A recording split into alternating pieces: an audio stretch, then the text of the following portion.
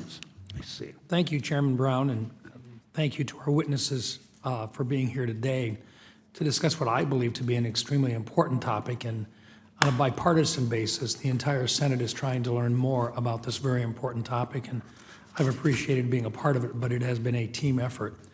I also want to thank Ranking Member Scott for giving me the opportunity to fill his large shoes today. We stand in the middle of a journey of monumental change.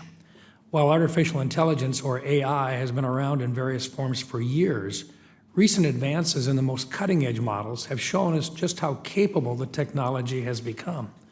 The financial services industry has already been effectively utilizing AI for decades, just under a different name. Whether it's algorithms, modeling, predictive analytics, or data management, the industry has been using AI and other emerging technologies to utilize data and improve the customer experience. Take fraud prevention just as one example. Despite the billions spent to protect institutions and the billions paid to buy off attackers, things are only getting worse, with synthetic identity fraud costing banks nearly $50 billion last year. As many as 95% of phony identities go undetected. Traditional methods of fraud detection rely on manual verification and human analysis, which unfortunately have failed to keep up with more sophisticated fraud schemes. By using AI and machine learning, companies can analyze relationships between entities, identify suspicious patterns, and visualize intricate connections, revolutionizing fraud detection and investigations. This allows for a more proactive approach where AI is used to prevent fraud before it happens, as opposed to the traditional reactive approach to fraud detection. Machine learning and AI have also opened the door to accurate forecasting and prediction. While a number of industries are asking for regulation, the financial services industry is uniquely poised to adapt to emerging technology. In a large number of instances, financial regulation is already technology neutral and outcome-based. If a lender uses AI to determine creditworthiness by harnessing data to predict the probability of default, any technology needs to be compliant and fair lending focused. That said, transparency and explainability in decision-making, especially where credit is involved, are important areas where Congress may play a role. Lending algorithms can't simply exist in a black box, and human control is necessary. AI is data dependent. The technology is only as useful as the quality of data that goes into its models. The finance sector is one of the few industries that has been collecting, storing, and protecting verified data for decades, making its models some of the most useful. Therefore, it is imperative that we continue to invest in cyber infrastructure to protect these databases.